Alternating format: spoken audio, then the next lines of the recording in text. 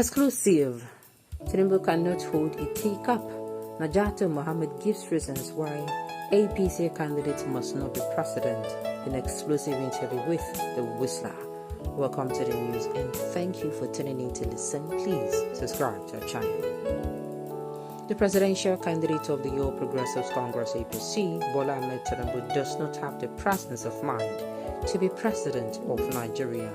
A former chieftain of a party, Haji Najato Mohammed, had told the Whistler during a telephone interview. Mohammed, who is not known to pull her punches when it comes to public comment, announced her resignation from the Tinubu campaign on Saturday and said she was quitting party politics. In a resignation letter as a director of civil society in the Presidential Campaign Council of the ruling All Progressives Congress addressed to the national chairman, Abdullahi Adamu, she had recent development in the political and democratic space have made it impossible for her to continue participating in party politics. She stated that the challenges facing the country today require me to continue championing the struggle for a better country with a clear conscience as I remain absolutely loyal to Nigeria. Adding that the problems require the consolidated efforts of competent and patriotic leadership across every level of governance.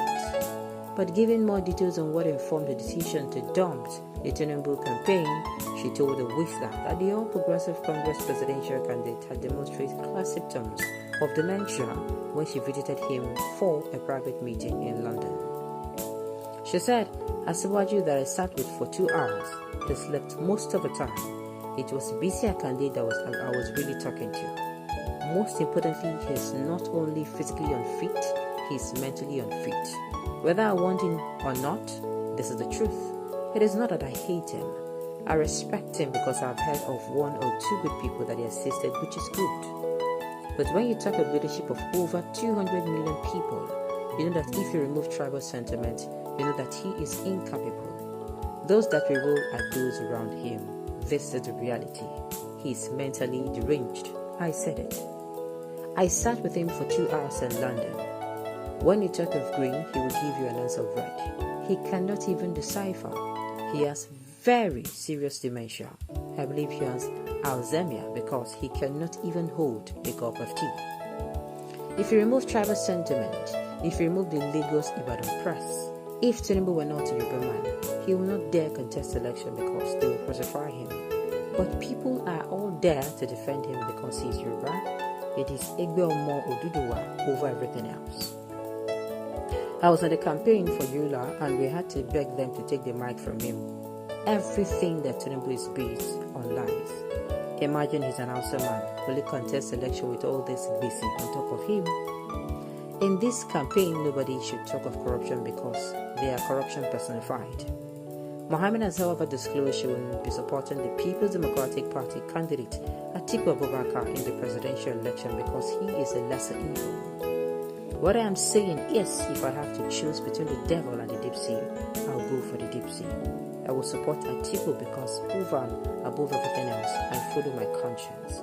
I'm not doing it for myself, I am doing it for God and for my country, she stated. Mohammed disclosed that she had not met Tinubu again after she accepted the appointment to serve.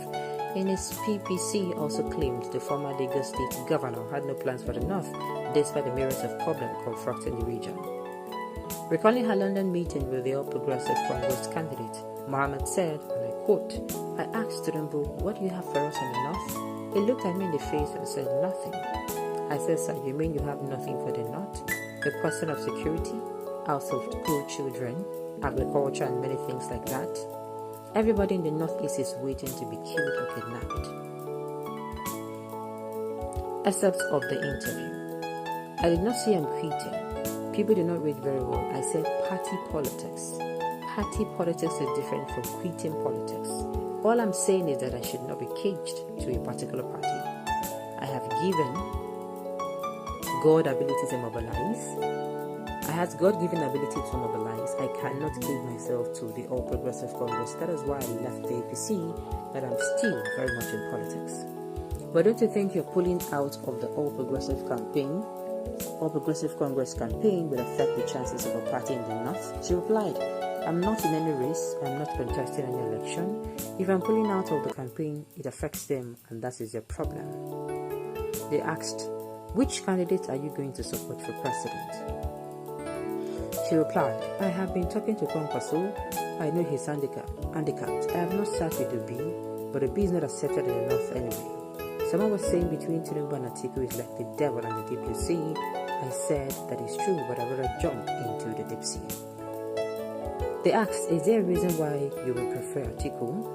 She replied, I have sat with them.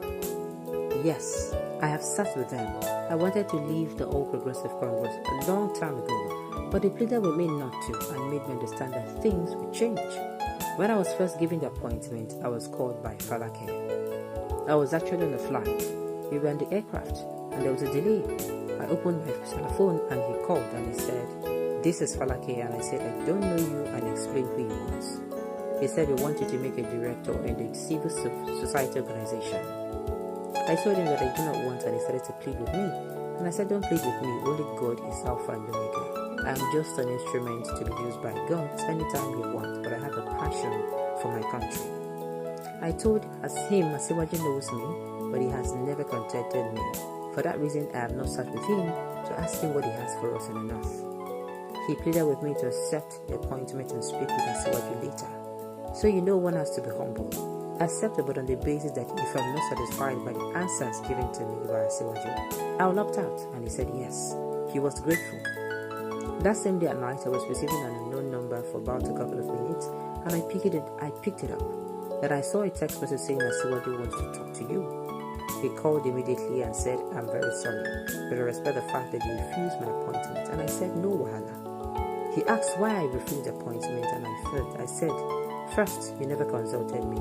I left CPT to stay with you at ACN because it was always Buhari getting out of alliance, and each time he's getting out, he always wanted us to go to follow him. So this time, I said I am not going.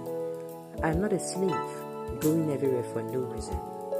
I said I am not going along with Buhari. I will stick to ACN. So I stuck with ACN. I supported Ribadu. Asked him how much of my money I spent. Millions for Nuhu Ribadu. But Nuhu left for the People Democratic Party without even telling me. When I asked him, he said, is it my fault? Then I said, when I was giving you millions of naira, you didn't know that you have an obligation? Asiwaju started begging me not to disappoint them. So I said, what is it you want? He said, I'm in London. Can you come and meet me in London? I said, why not? He said, do you want me to buy you a ticket? I said, no, sir. It's not a problem.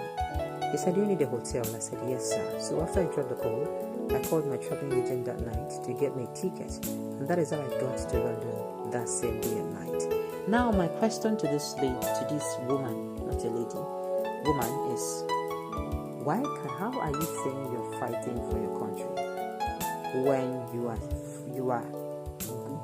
are cross-capping into the PDP? Because to me, APC and PDP are the same. And why will I be going for an option of between the devil and the deep sea? What's it called? Between the devil and the deep blue sea, if I do not have interest. Self-interest is what politicians are normally after, not serving their country. Anytime you see serving the country, my brother, you know that it is. #Oloriro. Alright, on this note, we have come to the end of the news. We say thank you for tuning in to listen. Until I come your way next time.